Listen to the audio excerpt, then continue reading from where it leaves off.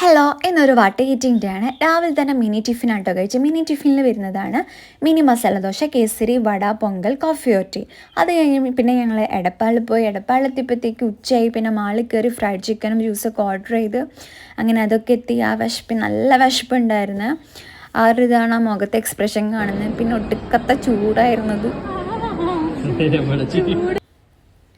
നാവ് പൊള്ളിപ്പോയി. എന്നാലും ആ വിശപ്പിൻ്റെ ഇടയിലൊക്കെ കഴിച്ചു. പിന്നെ വൈകുന്നേരം എത്തിയപ്പോഴത്തേക്ക് അമ്മ പഴംപൊരിയൊക്കെ ഉണ്ടാക്കി വെച്ചിട്ടുണ്ടായിരുന്നു. അതൊക്കെ കഴിഞ്ഞ് പിന്നെ ഞങ്ങൾ ഒരു 7 മണിക്ക് ആകുമ്പോൾ ഒന്ന് ചായ കുടിക്കാൻ പുറത്തേക്ക് ഇറങ്ങി.